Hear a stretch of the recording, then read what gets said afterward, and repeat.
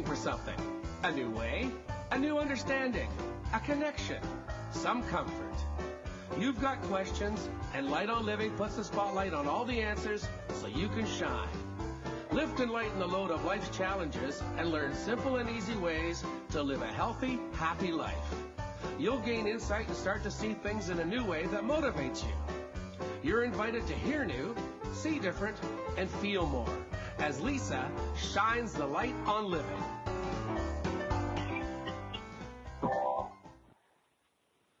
Hello, everyone. Welcome to Light on Living. I'm Light Coach Lisa, holistic nutritionist and life coach, helping to lighten the load of life's challenges. And today is like this bittersweet, happy, but sad moment because I'm so excited. We saved like a firecracker for our last guest of the month. But it's also sad because, you know, as we have gone through this entire month of self-love, and we've been really highlighting the book, What Self-Love Got to Do with It, we've had all these wonderful, incredible women really displaying and showing to us why is self-love even important? Well, today we do, I think it's perfect. It's perfect because we did title this, like the theme is fun and games. But why we did that was because our guest today, our co-author of a lovely chapter here, she wants to help people be able to, women, to stand out there fearlessly without apology and just shine and be able to especially run their businesses in this way. And you know what? It can be fun and games, and it can be because when we have self-love, that's what really fills us up. So I wanted to share with you about Rosalyn Fung, and see, she even has the word fun in her name. I sure do. Yes, you do, and you just really are. So, everyone, I just want to share a little bit about her, and then we're going to just jump right into this. But I was going to say it wrong because I'm thinking about it. Rosalyn Fung is a self-love life and business coach who helps female entrepreneurs break free from not enough syndrome so that they do not sabotage their lives and businesses. Rosalyn is very passionate about helping entrepreneurs share their gifts and passion for creating deeper, positive impact in this world. Having a background as a registered psychologist and holding a second-degree black belt in karate, love that, she knows what it takes to develop a mindset to successfully achieve your goals in life and business. Living a life of love, inspiration, passion, fulfillment, and joy through connection and learning is her mode of expression. Rosalyn knows that your mindset and overall relationship with yourself has a direct impact on the success of your life and business. She lives with her husband and two beautiful sons in Edmonton, Alberta, Canada. They love traveling, hiking, and giving back to the community. So welcome today. Thank you so much, Lisa. I'm really excited. Oh my gosh, and no pressure that I'm like the last one for this series. I know. It's like I feel like it's been a big party and we're in that final hour and you're like, it's probably like, you know, you go, okay, we got to make this like the big one, but you just all of them count. So So I want to start by saying, well, I've been following all of you on Facebook, and especially you have my gosh, you get out there. Like, you're out there fearlessly, no apologies. Thank you. Well, I practice and I live what I preach. Absolutely. Yes. And every time I see a picture of you or something that you're doing, you're either doing some really fun physical challenge thing or which is good because you need to be healthy. And the other thing is you're always in front of a group of, it looks like, phenomenal women who are really just so embracing their desire to speak out, to stand out, and to do what they love. Like, you just, like, it's like the whole choo-choo train is just going when I see those pictures. Well, I love that you're fired up about it because I absolutely am. I absolutely feel like I'm living my dream life. I am living in abundance. And that's all because I did my own inner work and I continue to do my own inner work. Yes. And that's the neat thing. I want to bring everybody back. It's always a hard thing when I'm so excited to ask, all the co-authors to, go back to like the time when they weren't feeling that way. But just because I want the listeners to be able to resonate and go, okay, that's all great. Yeah, love, self-love. I can see how life's amazing, but I'm not there. And how does Rosalyn even know how I feel? Right? Oh my gosh, do I ever? Yeah. Could you share with us, because you did some pretty scary stuff and yeah, just share with us. Well, we'll start from just growing up. I'm Chinese Canadian. I'm first generation Chinese Canadian. My parents are from Hong Kong, and so of course, as those of you who know about Asian culture, it's about being a certain status. It's about making sure you're achieving these amazing marks. It's all about doing performance, and so being in a Canadian culture where there are also messages around doing and performing, and trying to embrace both cultures was definitely a challenge. I could see my parents were also feeling challenged in finding that balance. And so in my life in different areas, through peers, through teachers, and in my own culture, just hearing messages that I wasn't enough, I wasn't skinny enough, I wasn't pretty enough, I wasn't smart enough. And that led me to overcompensate and become an overachiever, develop type A personality, and be a perfectionist. And I was always trying to prove that I was enough. And so this came out in the flavor of in my later teens, early adults, in my relationship with food and my body image. I felt like even though I was really athletic, I didn't have the body that society would see as quote unquote perfect body. And so I made it my mission to get that perfect body. And at the time, I'm totally going to date myself here, it would be Britney Spears. I want to be like the Asian version of Britney Spears. And so I went on my very first diet. And when you pair dieting with shame, you get, it's like a formula for an eating disorder. And so for me, my eating disorder was actually binge eating. And so I would restrict my calories, secretly binge eat, and then feel guilty about it, shove my feelings aside, and just kept perfecting my body at the gym. So this cycle kept going on and on. And in 2008, I took it to the next level and competed in a figure bodybuilding competition. So it's more muscle than a bikini model, but less than that of a bodybuilder. And here I am standing on stage. I had my quote-unquote perfect body, this fitness model physique, and yet I felt nothing but anxiety and emptiness inside. Mm-hmm.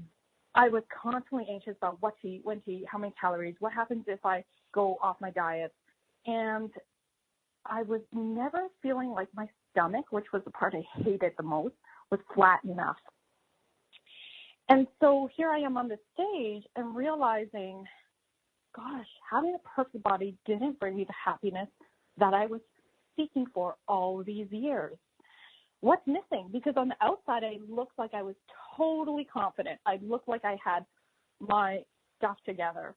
And I did. I was a second-degree black belt, and I was a role model to teens, to kids, to adults. I was in a beautiful marriage. Still am. Yes, you are. And I was a new psychologist in a budding private practice. And so on the outside, I totally had all my stuff together. I was confident in everything I did. Confidence is all about your ability to do something and eventually do it well. However, I couldn't understand why I felt empty. Until after this breakdown, I realized I was introduced to Haikomi, which is a method that I'm now certified in. I have to stop you because now, okay, wait, because I'm excited about that one, but I want to highlight something because I have circled, I'm so glad you said this. I literally, I actually put a big heart with a paragraph around it, circled your words, and everybody who's got the book, you can follow along with me. It's on page 94 because you wrote here, and I was like, oh my gosh, this is my love aha moment of your chapter, is confidence is about believing in your abilities, whereas self-worth is how you value yourself. And I have to, oh my gosh, Rosalyn, I circled the word abilities, and because the abilities is what you were talking about striving when I'm going to go back. If you're in school, like middle grade school, your abilities to get the high grades, you bringing home an 80% thinking you did well, and your parents saying, well, where's the other 20, you know?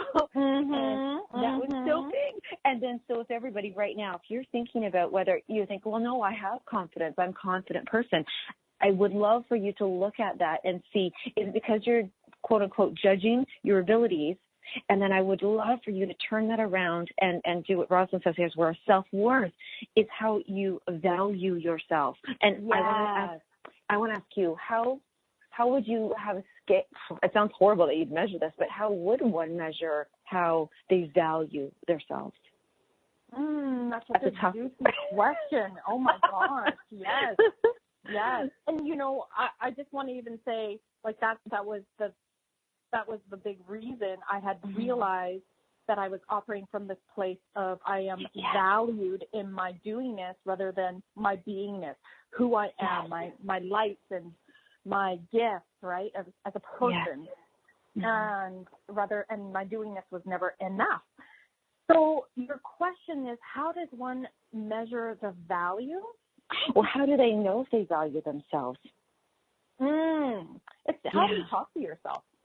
Ooh. So invite the listeners to just reflect on that. How is it that you go into situations and talk to yourself? Like when you go into something like a networking event, what's the first thought you have? Is it, oh my God, are people going to like me? Oh my God, is it more about that place of anxiety, people pleasing, or is it coming from a place of, I know I'm so excited to meet people. I know I have lots of things to offer people, and I'm really excited to hear to learn about people and learn about their businesses, and I'm just really excited, right? So like that thought of and worries around, are people going to like me, isn't even entering your mind. Oh my gosh. It doesn't matter. If you love yourself, if you know your value and your worth, then I guess at the very core of us, we just want to have a sense of love and belonging and safety. Yeah. And so, oh my gosh, when you come back into your body and that feels like home to you because you really appreciate yourself like you do a loved one, because that's what self-love is. That's one part of self-love, right? Then it doesn't, when you go into situations, sure, can you feel nervous sometimes? Absolutely. You know, I would feel nervous if I'm trying a new activity, like rock climbing or something. Or, you know, it depends, you know, and that's normal nerves. But then do you feel like, you know what, I can do this. I can try. Yeah. Right? And that you'll be there for yourself. So, quote unquote, if you failed, like, you know what I mean, didn't do what you thought you might have done, just to love yourself enough to be totally fine with that. Yeah, it's like you can laugh it off, right? You might feel like a little bit disappointed in yourself, but then it's just like it doesn't take over your whole thought process. It doesn't last for hours or days. It's just like, wow, you know what? I tried it. I don't know if I'd try it again. I guess maybe I might not, but I tried, and that's cool. I can move on. You just are able to move on. Right. I love that. It doesn't take over and you're able to move on. That's actually a huge takeaway right there. Like, because if we find that we're sitting in things too long and we're really berating ourselves, and that conversation, once it goes on too long, it does damage. It actually does damage in there. Yes. I mean, that's everything, right? Because then how you show up in one part of your life is how you show up in all parts of your life. If you're beating up yourself in one part, likely you are beating yourself up in other parts. Yes. And you know what? So we've got just under 30 seconds, let's see, before commercial break now. There's still, oh my gosh, we're just like, we haven't even gone anywhere because there's so many things, but you've already given us two big aha moments here. And one thing I want to talk about is right now we just talked about, value and our worth and knowing that creates a self-image. So when we come back, there's a really important question I want to ask you about when we do shift our identity, when we do find self-love, and how we grieve and mourn the old self. Okay, when we come back. Okay.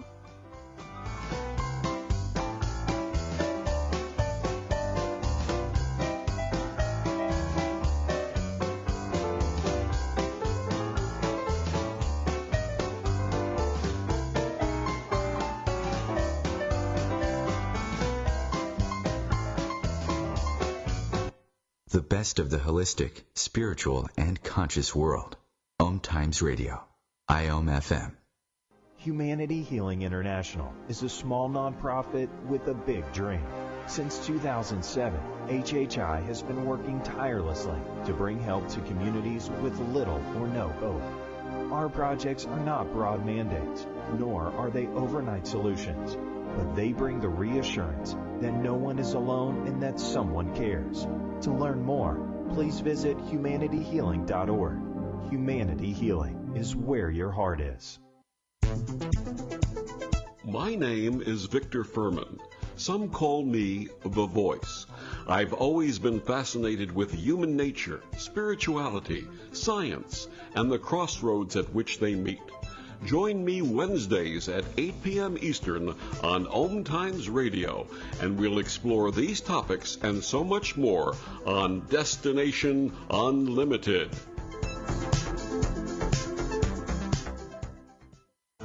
Enjoy passive income benefits while creating a cottage experience for others. From a relaxing getaway to connecting with nature, sitting around flickering campfire light, dipping in cool, refreshing waters, strengthening your body with biking, hiking, boating, and swimming. And you have the cottage that could be a part of all of those memories while earning you money. Financial abundance as a thank you for renting your cottage. Become a cottage rental owner today, safely and supported. RentCottage.com.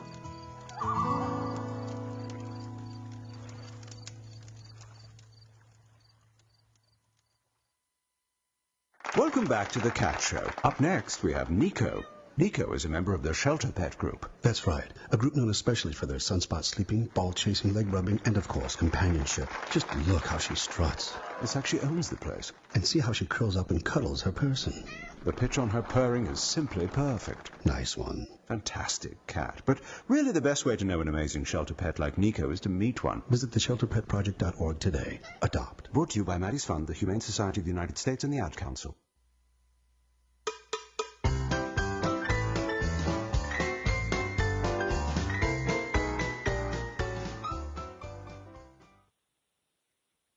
Okay, we're back. You're listening to Light on Living. I'm Lisa Berry, and we are sharing yet again one of the most amazing chapters in What Self-Love Got to Do with It. It's Rosalyn Fung, and I want to set the stage literally here and put Rosalyn back on that fitness, no, it wasn't fitness model. What was the word you used? It was Crosby swimsuit. It's a figure bodybuilding contest. She's up on stage. She has done all the work. She's done all the doing. She has worked her abilities, and she's up there, and she should really, by all judgments for everybody else, have this perfect, amazing, confident, self-loving life. But she, in that moment, is sitting there going, I feel empty. And in that moment, I want to ask you about identity, because in your chapter, you do talk about there's a grieving process with an identity. And a lot of people, I think, would have this fear of like, oh my gosh, but if I suddenly felt this way, then I wouldn't feel this way, and I'd have to let go of this and I'll let go of that. When you were there and you're realizing this, how do you shift from identity and embrace the new?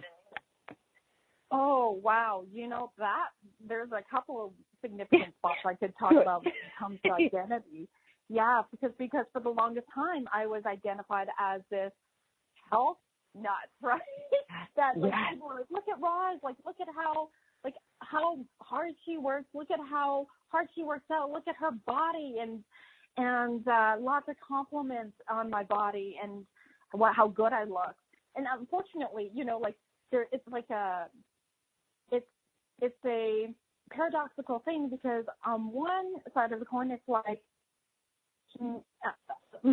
it's great to get compliments, but on the other side, people don't actually see what's happening underneath, so it reinforces the disordered eating or eating and that way of thinking.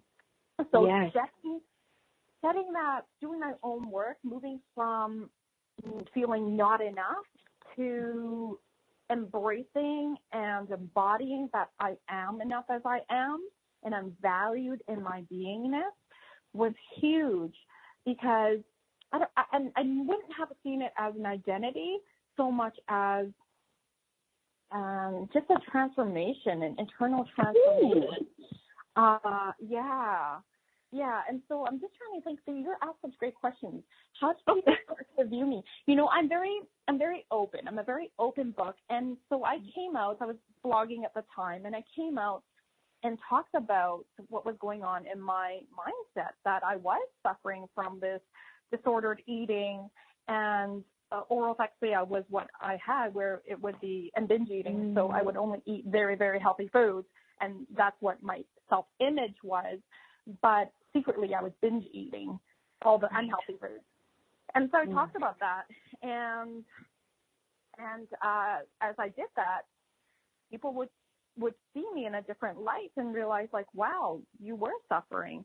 Oh my gosh, right? And so at that time, I was a psychologist, and I wasn't working in that area, because you can't work in areas that you're also struggling in. It's not ethical.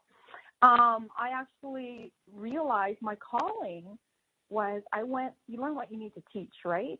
Absolutely. And so I've gone through this journey because I'm meant to support young girls, teens, women, men even, to have a healthier relationship with food and eat in alignment of their highest purpose, their highest truth.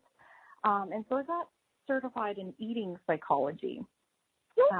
After that, yes. Yeah, and that program was amazing. It continued to help me work through my stuff, and also just really help bring in the people that I need to help. So for the next 6.5 years, I was the go-to food, body image, and self-love psychologist. Yeah, it was huge. And then, speaking of identity, I realized I was the first psychologist in Alberta to create an online program in 2014. And what inspired me was because I joined a group coaching program for speakers to create more impact in the world. And being part of an eclectic group of coaches and business owners from around the world, I really started to stretch outside of the box in my thinking, and that's what inspired me to create an online program, because I'm all about creating influence and impact in a very positive way. But what I realized was, as I'm watching my coaching peers flourish in time abundance, financial abundance, and location freedom, I realized that being a coach is way more in alignment for me than being a therapist, because there was just so much more impact and influence you could create. And so last year, I came to a realization that I did not consciously have this thought. I know unconsciously I did, but it was time to retire my private practice. And that was really scary. Yeah, that brought up a lot of stuff, because even another layer of self-worth, and identity, because people know me in the community as a psychologist. People connect with me that way. And so I really had to dig in, do more self-work, more self-love work, and just learn to separate, which is really hard, separate what I do, there's that word again, right, as a therapist, with who I am. It is a lot intertwined, right? I am my own therapist in many ways. Mm-hmm. And this is a great place to highlight that often what we do, at that time is because what you said, we teach what we ourselves need to learn. Although when we're struggling, I love that you said that it's not ethical to coach when you yourself did that. That was beautifully said. But we can share that we, have these acknowledgments. And a funny little thing here is I do drink wine. I like wine, but I used to hide that I would even drink a glass of wine because I thought, no, that's not in alignment with what I want to put there. And I remember the hiding of it made me feel so much self-loathing versus having the glass of wine, which was so normal. Right. And I also heard, I remember this a long time ago, the more we are control freaks, let's say that, let's just put it there, we try to control, it actually is demonstrating how fearful we are and how lack of confidence. And so and this is so true, because the more, if anybody tries to, could you imagine letting a bag of marbles go and you try to no, get the balls. And how you can't put your eye off of that. You've got to keep on them, and that's tiring and stressful. And imagine being able to just let the marbles go and watch them how beautifully where they roll. Yes. Embrace the mess, because that's part of the journey. Embrace being perfectly imperfect, because nobody can actually relate to anyone that's perfect. There's no such thing. Right.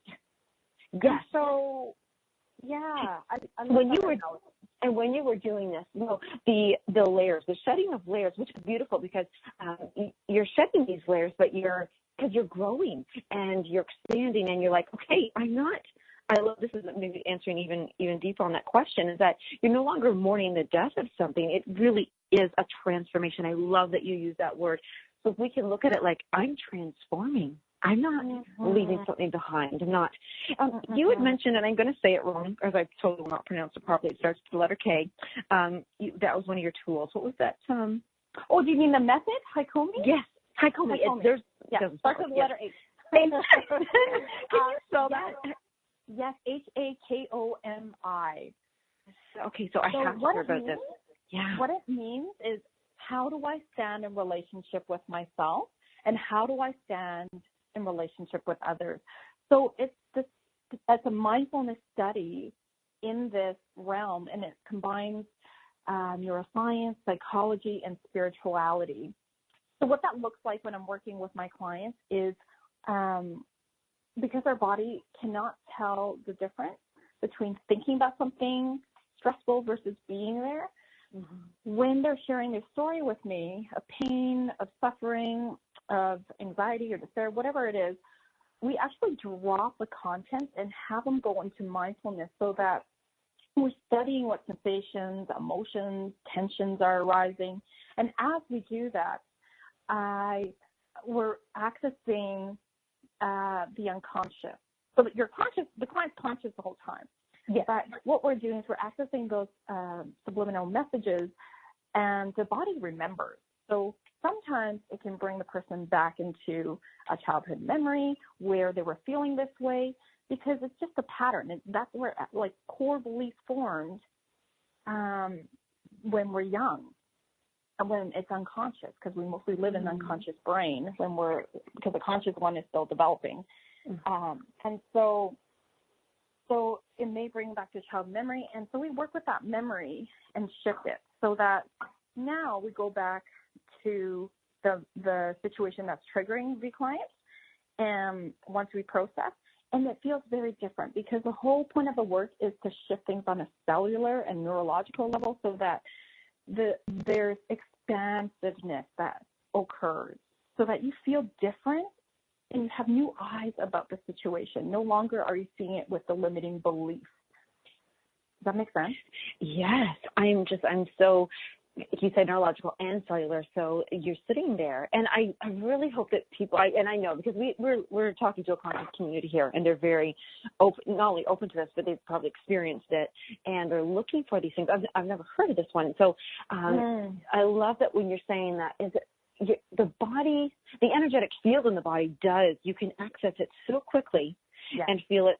So you can do it faster than with words, faster than the details. I love that you said you dropped the details. This is, I have a personal question about this one. So there are many people who go through the healing processes, whether, different techniques, and some are really, I feel like everybody has to do their own thing, but some people really believe, no, you have to get to the details, you have to relive the pain, you have to be there. And then others think, you know what, why don't we focus on what we want, the outcome, the healing. Do you have an opinion on that, using this technique or just your own?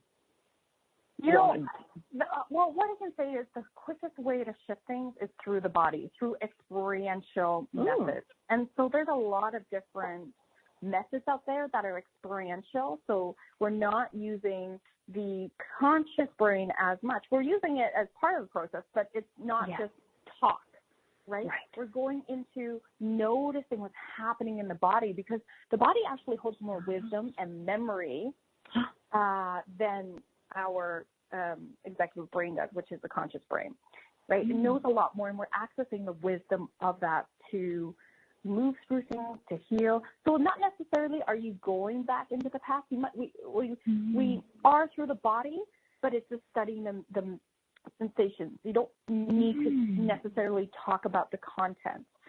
It kind of depends on the situation. But what I would say is, just as a general rule of thumb, quickest way of shifting is through experiential. Let me explain it this way. When we learn to ride a bike, there's two ways. Number one, somebody can just instruct us and tell us, which is more heady, right?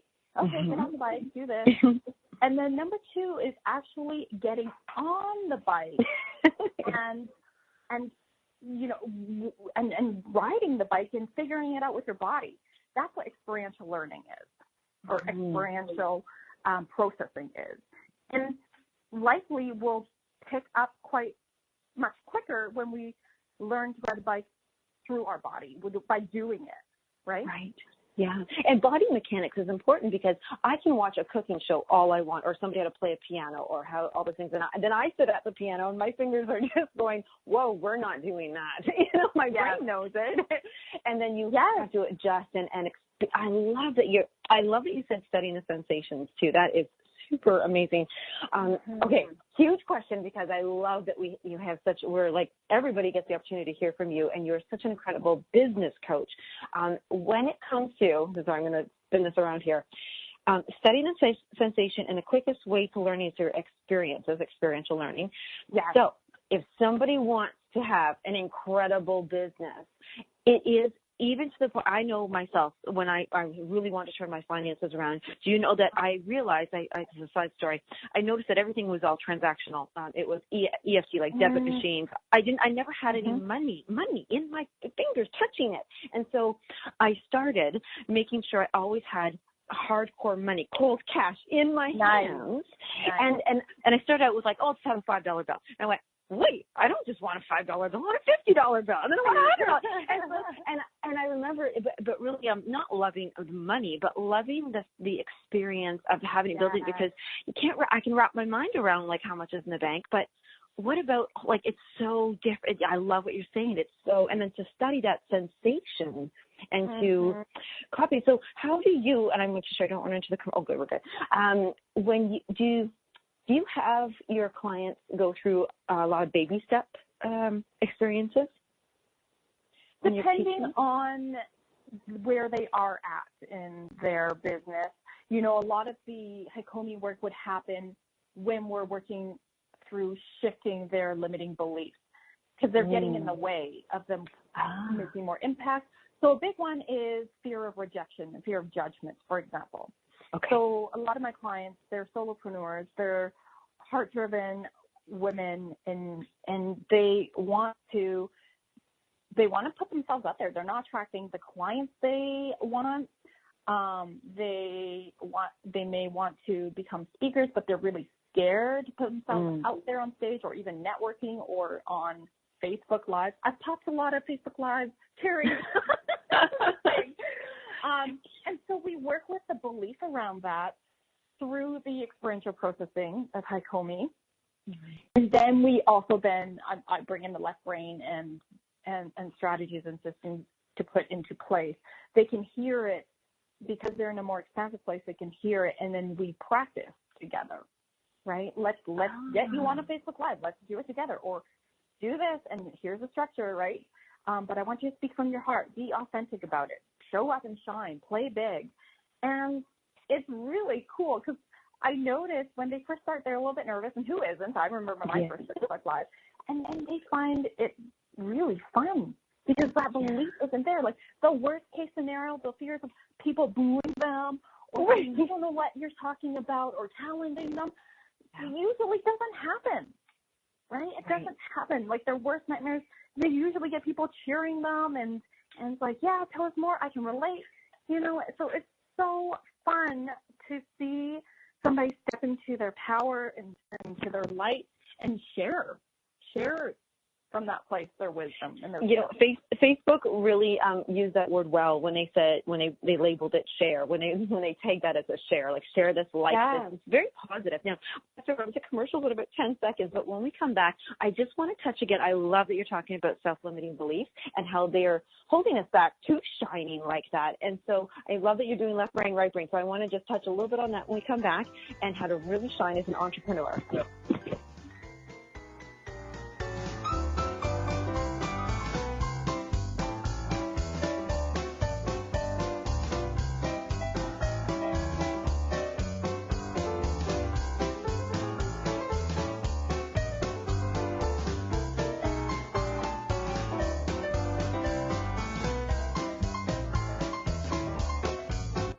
The best of holistic, spiritual, and conscious world. OMTimes Radio. IOM FM. Ascending Hearts is no ordinary dating site, but a spiritual dating site with a purpose, to link you with your soulmate. We engineer the serendipity so you can trust that you will attune with someone that has the same matching vibration as you. Ascending Hearts, the conscious dating site for the spiritually aware. Try Ascending Hearts for free. AscendingHearts.com. Grab a cup of tea or a glass of wine and tune in for Inspired Conversations with publisher Linda Joy on Tuesdays at 2 p.m. Eastern. Linda creates sacred space for leading female luminaries, empowering authors, heart-centered female entrepreneurs, coaches, and healers. A soulful venue where guests openly share the fears and obstacles they've overcome, wisdom and lessons learned, and the personal journey that led them to the transformational work they do in the world. Inspired Conversations to empower you on your path to authentic, soulful living.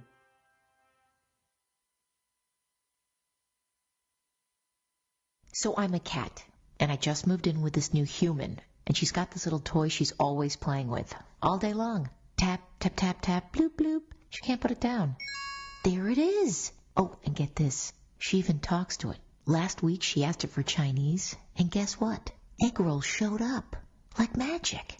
Humans have cool toys. A person is the best thing to happen to a shelter pet. Be that person. Adopt. Brought to you by the Ad Council and the ShelterPetProject.org.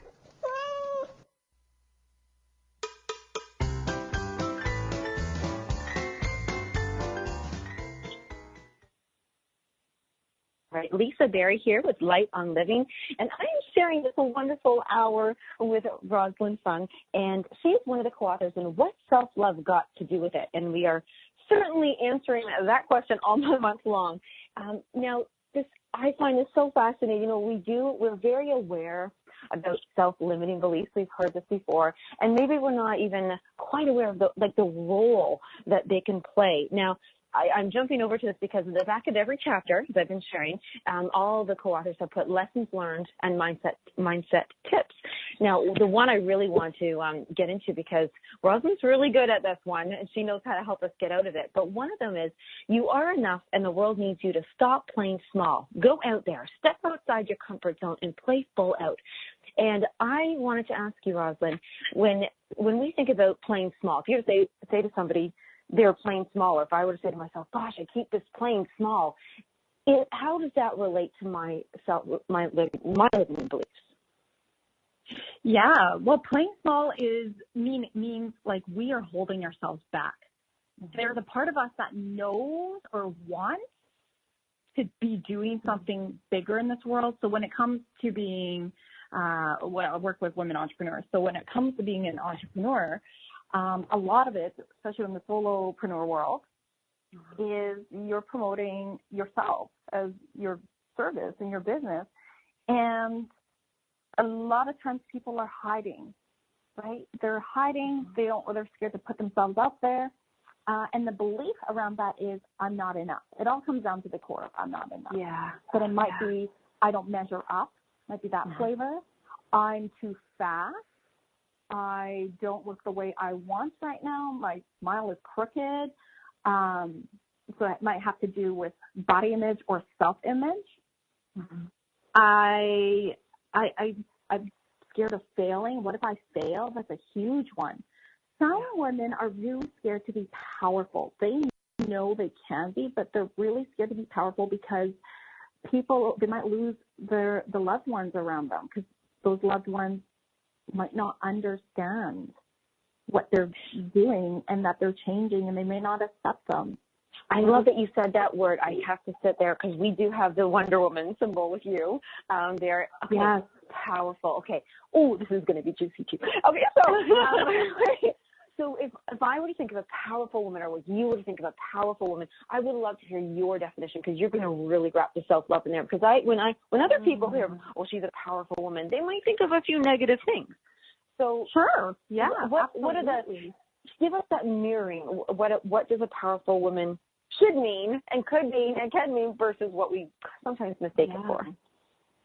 So a powerful woman is a woman who knows her true self, her true spirit, and leads life from that place. So it doesn't matter what your personality is like, what you do, what your gifts are. What matters is you step into all of those, all of who you are. You embrace all of who you are, both lightness and darkness, and you accept yourself as you are. You're unapologetic about it. And then you show up in the world like that. You just show up. And people can feel your energy. People can feel your presence because you are present. You know, there are people in this world that walk around with their disconnected from head and heart and gut, right? And there's something about their energy that feels really empty. That was me back in 2008 and before that, right? And now when we connect ourselves from head, heart, and gut, which are our three powerful engines, and we really, really lead our life in alignment to our highest purpose, our highest truth, we're living in joy. We feel grateful every day about even the little things, and we're just going to show up, and people will be magnetized to that. Yes. Oh my gosh, I'm freaking out right now because about the whole head, heart, gut, and like you said, there's such powerful engines.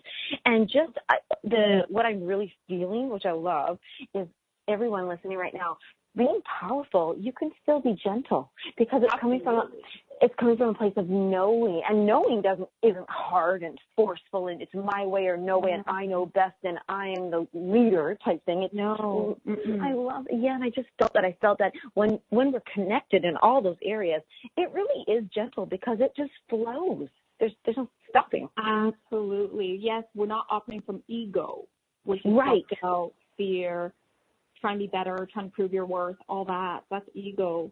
We're coming from spirit, which is all of us are born from that place, and all of us have spirits. And so tapping into your spirit of who you are, because each one of us is a unique diamond, and the world needs each one of us and our gifts. And even if we have similar gifts, no two people are going to express those gifts in the same way. And that's what makes you unique. That's the power. You just made me picture this beautiful diamond cluster ring or a piece, like maybe somebody has a pendant.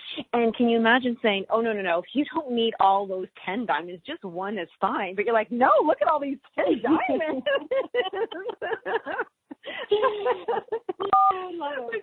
Just because I want to talk about your business, but one little tiny thing, the word, you've said it a few times, and I'm loving it. And I want to take any harshness off of it. The word unapologetic. Now, this doesn't mean inconsiderate. It doesn't mean I don't care. So can you explain that word? I love that word. It's about not apologizing for who you are. You know, especially as Canadians, we are constantly apologizing. Sorry is usually the first thing out of our mouths. Yeah. What are you sorry for? You know, if you need to set a boundary with somebody, you don't need to apologize for that. It's your birthright to set boundaries. If you make a certain amount of income and it's an abundant amount of income, don't apologize for it. Right? It's our birthright to be abundant in many different ways. And so being unapologetic is just owning who you are without apologizing. It's like, this is me. You either take it or leave it. And the people that, you know, you hear that quote, your vibe attracts your tribe. We are not, like, it's okay if somebody doesn't like me. I'm okay with that. Right? I am now. Yeah. Right? And I would want everybody like me because I need the validation. But I know that not everyone's going to resonate with me, and that's okay, because they're going to resonate with somebody else who has different gifts, who has a different way of showing up, a different way of being. And that's okay. So we're not here to like and please everybody, and we're not here to apologize. I'm really feeling like, you know, that when you say own who you are, and to me that means acceptance.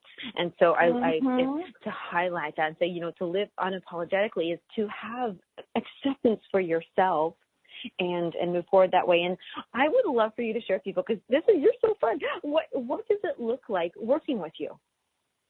Oh, it's fun.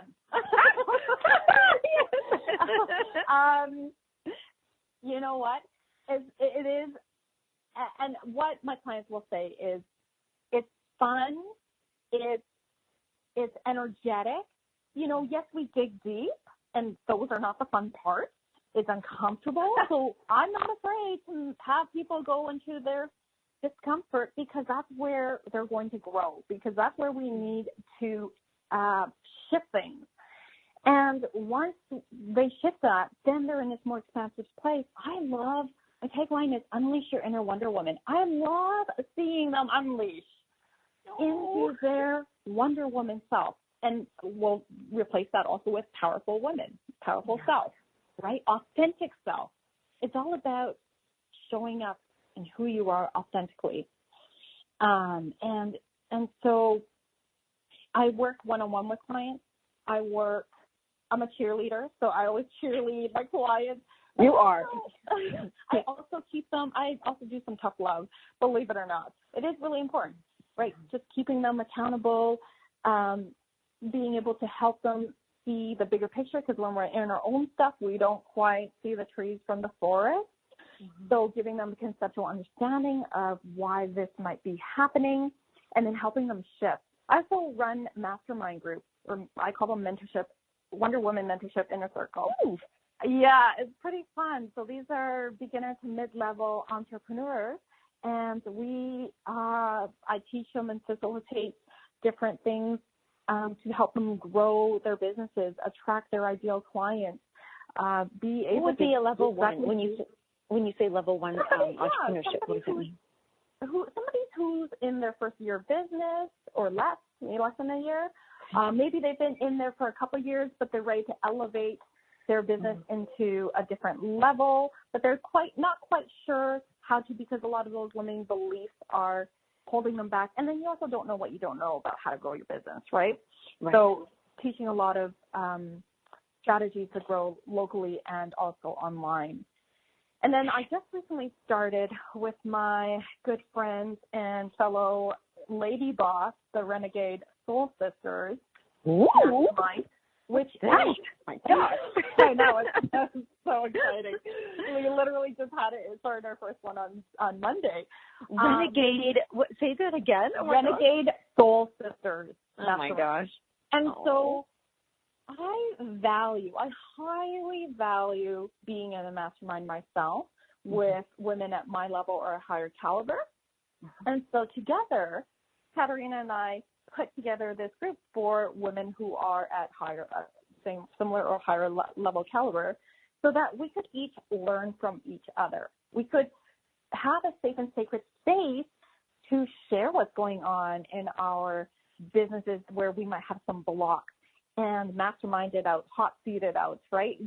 Each person in the group has a different perspective and different background and different strengths. And so it's amazing to see how we can have different angles for solutions for the blocks and problems that we might be experiencing.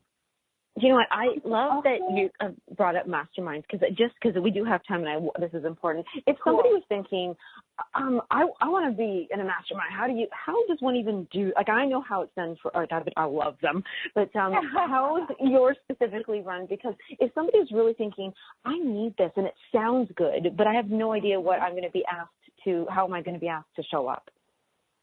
And I think every mastermind is different, so it depends on the intention of the mastermind. Okay. Ours is, so for the Renegade Soul Sisters, we do have a process where we make sure it's a good fit. We make sure that no two people in the group are exactly the same profession or business. Yes. That way we can get different angles. Mm-hmm. This one in particular, we focus on redefining success on our own terms. And, we wanted to use really, renegade is another word for badass, but that we feel like that's really used. And you can't use the word ass in marketing. And we just thought it's really unique, right? And we are trailblazers. A lot of us are trailblazers in this group.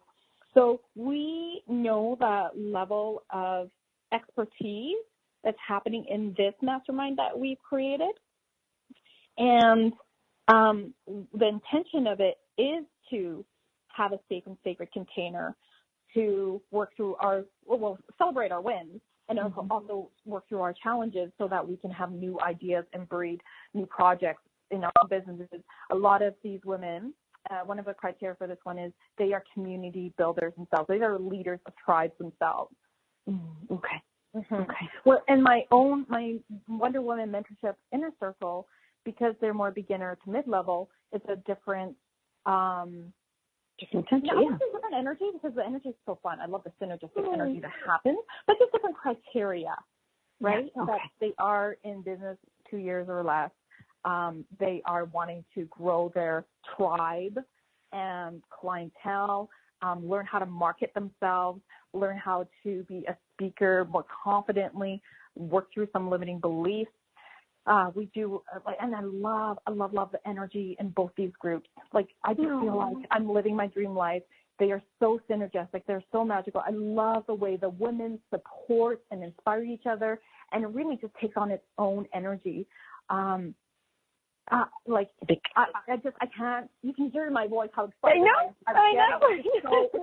I use this word a lot. It's like soulgasm. Oh, that's soulgasm to me. That women are coming together to uplift each other rather than cut each other down. They're here to collaborate. They're here to expand on their own ideas and help each other out. There's so much giving and receiving in these groups, and it's so abundant. The energy is just. It is. Yes, I can feel it. And so how would they, in our final minute, how would they be able to get a hold of you to just anything, any kind of question? Should they go to your Facebook? Should they email you? Go to your website? Absolutely. I offer free discovery sessions. If they're interested in connecting with me, you can go to my website, Rosalyn Fung, ROSALYNFUNG, that's fun with a G, .com. And you can take my superpowers quiz, and then also on there you can also book a free discovery call with me, and we can see how I can support you.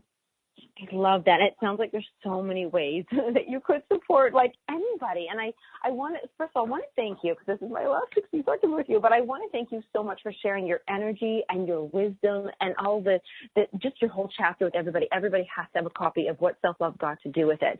And an unbelievable big thank you. I think you ended it rather beautifully, to be honest with you. Thank you. This was so much fun, Lisa. Thank you so much. And I hope your audience got a lot of value out of this. You know what? I'm positive that they did. And I mean, hey, if anything, I sure did. My gosh, there's so well going on here. But thank you, everybody, for listening and sharing this book. We are so excited for everybody to win a copy. Every time there's a show, if you post or make a comment, we do have a draw for every single one. We're going to let everybody know who's won the book at the end of the whole month as we wrap it up. And just a huge thank you, everybody. I love you. Rosalyn loves everybody. And just a big thank you to all the co-authors and Heather Andrews, who is the publisher of What Self-Love Got to Do with It. Thank you, everybody. We will see you for a brand new month come September. Bye-bye. Thank you. Bye.